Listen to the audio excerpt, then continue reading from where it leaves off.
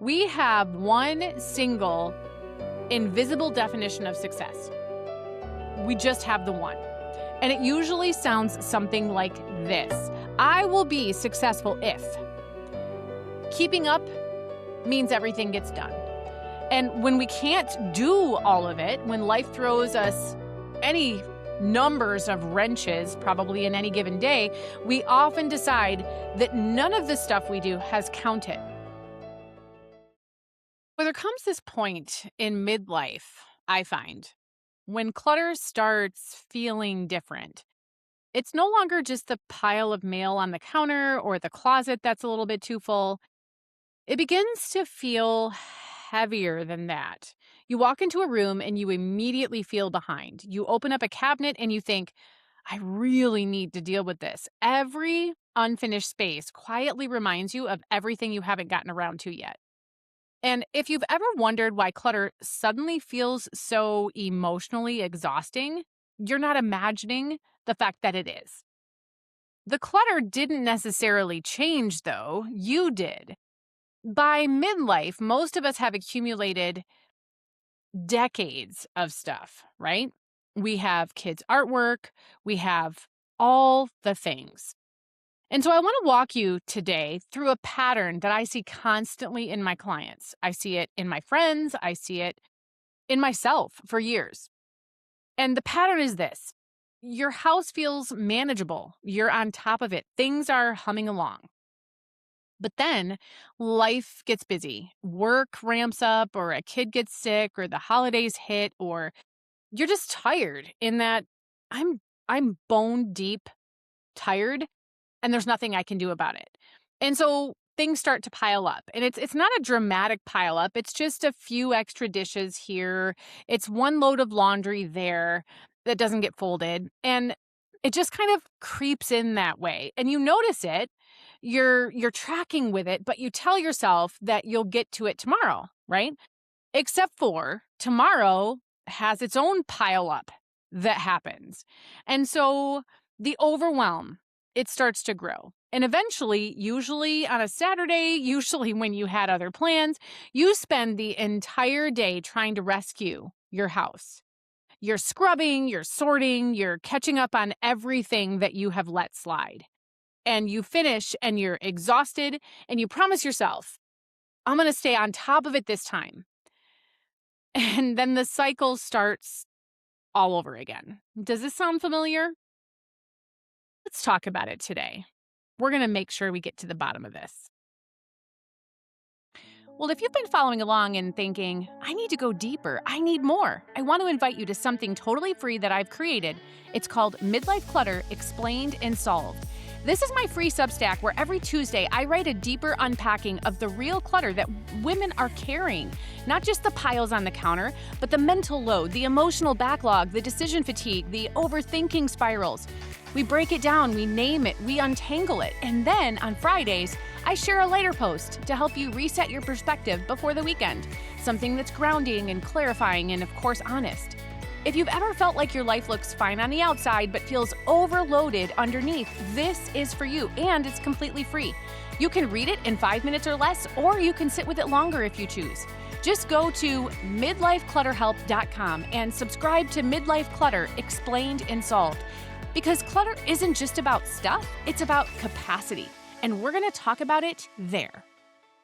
Well, I would bet that almost every woman listening to this has lived the cycle that I just described at least once in the past couple of months.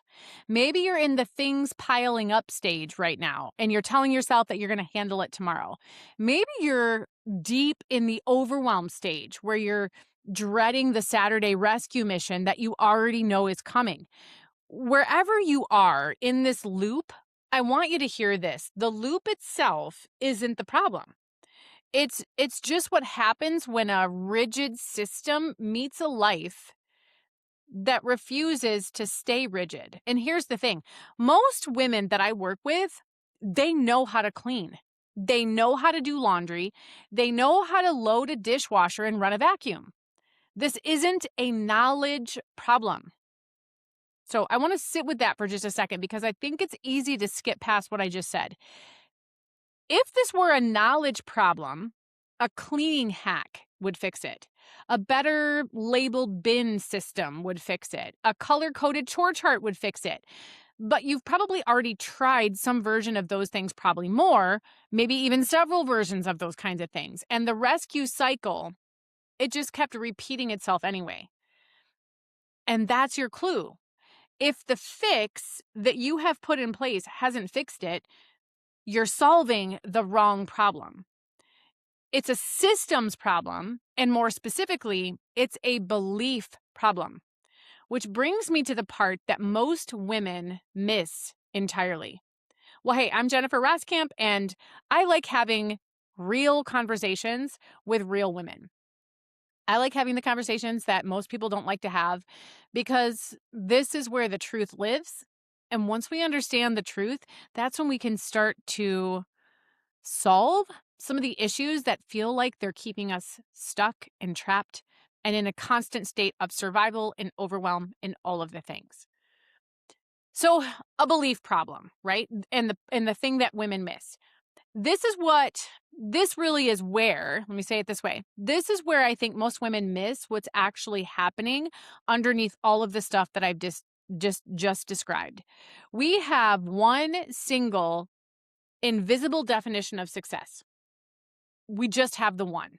And it usually sounds something like this. I will be successful if keeping up means everything gets done. The counters are clean, the laundry is caught up, the floors are vacuumed, the meals are made, everything is handled. That's the bar.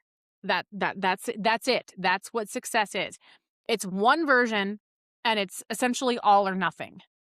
And when we can't do all of it, when life throws us any numbers of wrenches, probably in any given day, we often decide that none of the stuff we do has counted. And I hear this constantly from the women that I work with every single day, right? A woman will tell me, if I don't have enough time to clean the whole kitchen, I won't even unload the dishwasher. Or if I can't fold all 6 loads of laundry, I don't fold one. As if partial progress is somehow worse than no progress at all. And that really is this all or nothing thinking. And here's the thing. It doesn't stay contained to your kitchen. It bleeds into everything. It's how we approach exercise. If I can't do a full workout, why bother getting a 20-minute walk? It's how we approach meal planning. It's how we approach and show up at work and in our relationships and even in our faith sometimes. If we can't do the whole thing right or we can't do the whole thing perfectly, we essentially quietly opt out of doing any of it. So the conversation we're having today, it's not really a conversation about your house. It's a conversation about the story that you've been telling yourself every single day about what you're allowed to count as enough. I once had a woman that I was working with tell me, and this has really stuck with me, that she'd rather do nothing than do it wrong. She said if she didn't have a full hour to meal plan for the week, she wouldn't even open the fridge to see what she needed to use up. If she couldn't do the whole grocery list, the whole meal prep, the whole system, the whole kit and caboodle, she'd rather just order takeout and feel guilty that she did so rather than do just a small percentage of the job. And I want you to kind of hear how that sounds out loud because I think that you'll probably recognize it. 15% is not nothing. If you do 15% of the job, no matter what it is, right? 15% of a job is still 15% farther than you were an hour ago. But the thing is, all or nothing thinking doesn't calculate math that way. All or nothing thinking only knows 2 categories. Check it off, it's complete, or failure. And there's no room in that framework for partial or, you know what, it was still worth it. And I get it because I've lived in that same trap. There's something in us that wants credit only for the full and the tidy and the finished version. Partial progress feels like it doesn't count towards anything. And so why bother starting? But here's the thing, that logic only makes sense if the goal is a perfect outcome. If the goal is actually momentum, staying in motion or not losing ground entirely, well, then 15% will count every single time. And I think one of the biggest lies that we have believed is that every Tuesday should require the same version of us, right?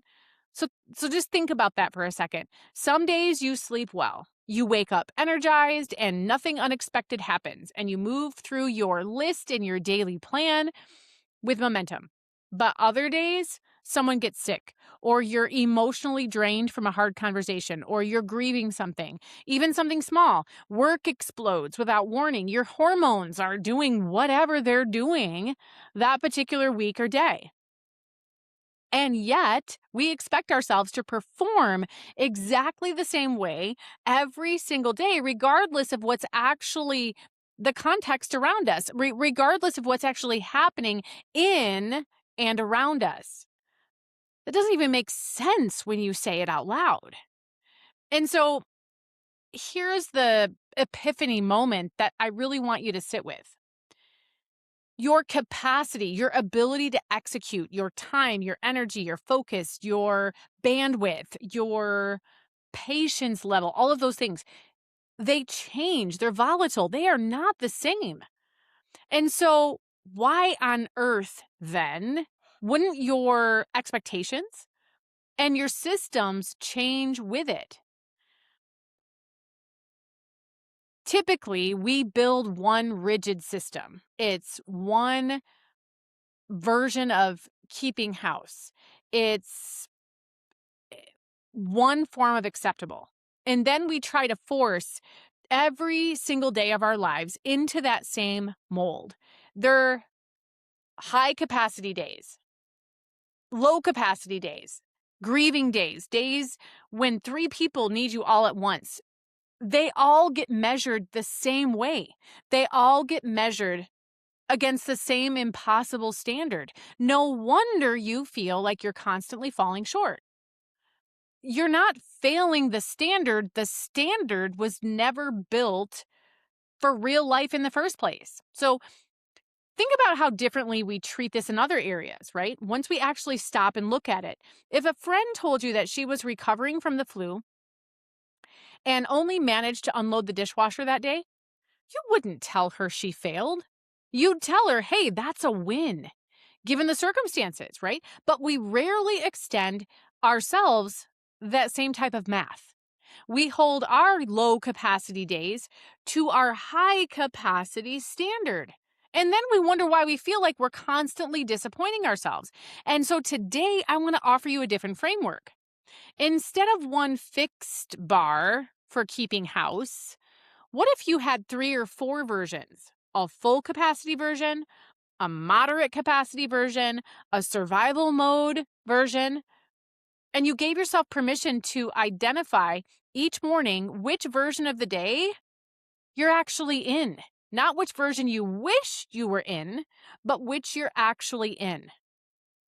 Now, know that this isn't about lowering your standards forever, right? It's about building a system that is flexible. And it's flexible enough to actually survive contact with your real life. A rigid system will always break under pressure because it was never designed to bend and flex. A flexible system with built-in versions for your hardest days, now those, they can absorb these hard weeks without shattering. That's the difference between a home that recovers quickly and a home that spirals downhill for weeks. So, I want to tell you something that I don't necessarily share often because it took me a long time to kind of actually learn this lesson instead of just knowing it. For years, if my plan A for the day didn't go perfectly, I would crumble. And I mean that. I'm not exaggerating. I'd wake up with this beautiful plan in my head. The errands, the meals, the work tasks, the house projects. And if something knocked that plan sideways, my whole day would then spiral. And I would I would end up feeling like a failure, not because anything catastrophic happened, but just because the plan that I had built in my head didn't survive reality. And my expectations were so rigid that when life inevitably unfolded, because it always does, I had no room to adjust without turning it into this judgment or referendum or sentence of my worth. But here's what I had to learn, and I learned this slowly and honestly and a little bit painfully. Life, especially with kids in the house, and I've got 9 of them, life does not follow a script. I had to learn to pivot instead of panic, to reassess instead of spiral, to start again instead of writing the whole day off as a loss by 10 a.m. And this shift that I just described to you, it changed everything for me. Not just how I ran my days, but how I parented, how I showed up in my marriage, how I talked to myself. When things fell apart, I began to understand that success was never really about your ability to stick to plan A. But success was about how quickly I could recalibrate when plan A didn't hold. I started listening to my gut instead of blindly following whatever plan that I'd written the night before. And I noticed something interesting. Some of my very best days, my best decisions, they came out of plan B or plan C or plan J. N- Now it's something that I teach every woman that I work with. You can start again at any moment. That's the key. That single truth has saved me more times than I can count. On harder days when life is messy, that has saved me. And I think about how many hours I used to lose to that spiral, not just the practical hours of cleaning up the house and it's the emotional toll. It's the emotional hours.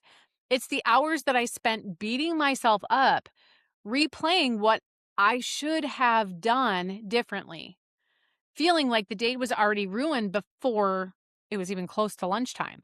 Once I learned to pivot instead of spiral, I got so much of that time and energy back. Not because the my external circumstances, they didn't change, but my responses to those external circumstances, that's what changed. And friend, your home deserves that same grace for you. If plan A for your household falls apart on a Tuesday, that doesn't mean that you have failed at keeping a home. It means that you are a human running a household in the context of real life, not a magazine or Instagram sort of life. Plan B, it is so important for you to know that plan B is not a consolation prize. Plan B is just it is just as valid a way to get through your day as plan A ever was. And now we're about to step into a really important section of this. And I need to get really honest with you because I think this next reframe is the one that actually changes behavior. Here's what I want you to consider. What if success wasn't having a perfectly clean home? What if success was simply preventing tomorrow from becoming harder? So let me give you an example of what this means. Instead of cleaning the entire kitchen from top to bottom, what if the goal was just to put away the food, to contain the dishes? Doesn't matter if they've been washed yet, just to corral them in the sink, maybe, instead of spread across every surface. What if your goal and the expectation was to just clear one surface and consider that done? Not perfect, but it would at least make the kitchen functional. That is what the bar needs to look like some days. That's my argument. So let me give you a couple more examples because I think that the specifics matter here. Instead of folding and putting away all 6 loads of laundry that I mentioned earlier, what if the goal was just this? Get tomorrow's outfits and the towels put away, right? And let the rest sit in the basket for one more day. Or instead of scrubbing every bathroom in the house, what if the goal was just wiping down one bathroom, the bathroom that your family uses the most? What if instead of a full grocery run and meal prep session, what if the goal was simply figuring out what's for dinner tonight and letting the rest of the week stay unplanned for a little bit longer? None of these are the ideal. I know that. I get that. But none of them are nothing either. And here's what I have found both in my own home and in the homes of the women that I work with. The small, unglamorous version that is consistently keeping the wheels from ever fully coming off the bus, those are powerful.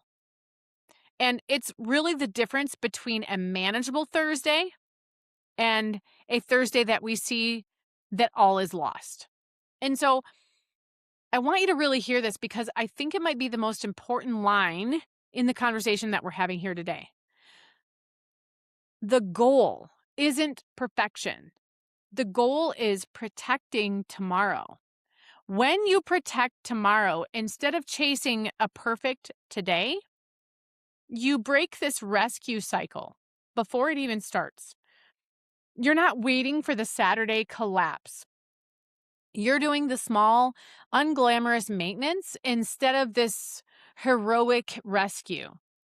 And small maintenance done consistently will always beat heroic rescue done occasionally. Every single time, it's going to be better. The woman who actually succeeds on her easiest, most well rested days isn't actually succeeding at a sustainable life. She's succeeding at probably what's a fluke. The woman who has a plan, even a small one, for her hardest days, now she's the one who is building something that will actually become useful to her. And I want to be honest with you, and this took me a long time to actually believe. I used to think that lowering the bar on a hard day meant that I was letting myself off the hook. That if I gave myself permission to just clear one counter instead of the whole kitchen, I was somehow being lazy or making excuses. But I've evolved. I've come to see it completely differently now. Lowering the bar on purpose on the days that call for it isn't letting yourself off the hook. It's staying in the game instead of quitting entirely. And staying in the game, even in a small, unglamorous way, is what actually adds up over the course of a month, and a year, and an entire life. Okay, so we've covered a lot of ground today. I want to make sure that you walk away with 4 practical takeaways, right? Things to carry with you into your week. Takeaway 1, stop asking, how do I finish everything? And start asking, what would make tomorrow easier? That one shift in the question, it changes everything about how you spend the next 20 minutes of your day. Finishing everything is rarely possible, but making tomorrow 10% easier, that's almost always possible. Takeaway 2, give yourself more than one definition of success. Some days you'll have a lot to give.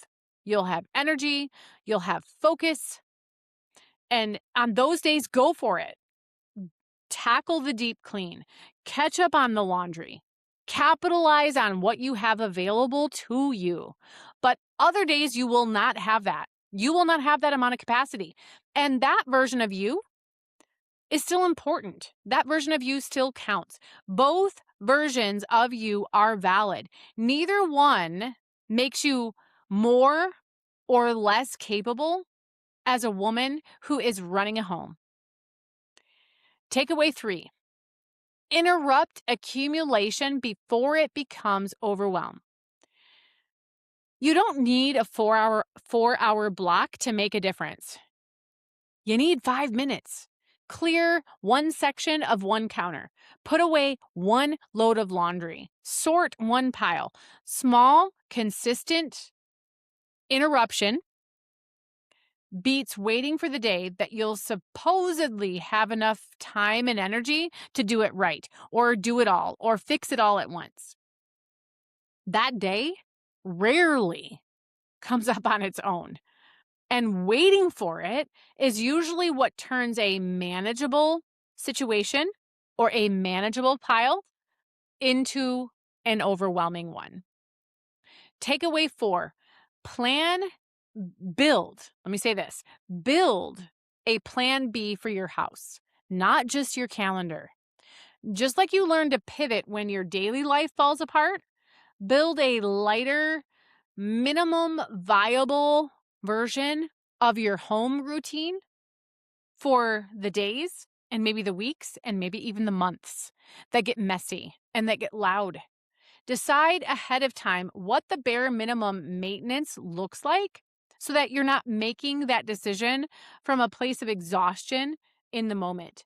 Maybe your plan B for the kitchen is to just do this: get the dishes rinsed and stacked, even if they don't get washed until the morning. Maybe your plan B for laundry is whatever gets clean, whatever gets worn, we're going to worry about that. Whatever's dirty, right? Whatever is dirty, we're just going to kind of pick one section of it to worry about, right? Decide ahead of time. Decide these things ahead of time so that it's a good day. It's when you have the mental space to think clearly. What does acceptable home care look like for you on those low capacity days? And then when the hard day or the hard week or the hard month hits, you're not left having to invent a whole new system under pressure and with very little bandwidth to do it with. You're just pulling out the one that you already built. Friend, I don't want you spending another Saturday trying to rescue your house. My hope for you is that you build a system and that you really set up a home that supports your real life, not your ideal life, your actual life, the one with the kids or maybe the grandkids underfoot, the ones with the late meetings and the weeks that fall apart before it's even Wednesday. That's what we need to build for. The woman who only succeeds on her best days isn't actually succeeding. Not really. The woman who has a plan for her bad days, now she's the one who is building something sustainable. Something that holds up when life gets loud and hard, not just when everything goes according to plan. You don't need a system that only works in perfect conditions. You need one that bends with you, one that still counts on the 12-hour, my home is an entire tornado days, not just the peaceful, my home is awesome at 7 a.m. days, right? And once you build something for the messy, hard days, something interesting happens. The shame that used to show up the second that you walked into a messy kitchen, it starts to quiet down because you're no longer measuring your performance or your worth by the kitchen counter. You're measuring it by whether you kept showing up, even in these smaller, less impressive ways. So know that if today's conversation hit home for you, I want to invite you to come over to follow me on Substack. Every single Tuesday, I'm there and I'm writing about a different aspect of clutter. And I don't just mean the pile on your counter. I'm talking about the out of the box kind of clutter that you probably haven't even thought about as clutter before. The mental clutter, the calendar clutter, the clutter of obligations that you said yes to 3 years ago and you never revisited them since. The clutter of relationships that quietly drains you every time you interact with them. If today's conversation resonated, I promise you'll find even more to chew on over on Substack. You can find me there. They're always short. It's always honest, though. And it's designed to help you notice the things that are weighing you down that you've maybe never seen before. Come and find me there and let's start untangling this together, just one ordinary Tuesday at a time. You'll find a link to come find me over on Substack in the comments down below. It's Midlife Clutter Explained and Solved. That's where you can find me on Substack. So I want to leave you with one question to just kind of marinate on. What if you aren't falling behind because you're failing? What if you're falling behind because you've only ever given yourself one version of what success looks like? Remember, progress is always progress. Hard things are not the same as wrong things. And you can start again at any single moment. So, friend, I'll have another conversation with you about some aspect of clutter next week. So I'll see you then.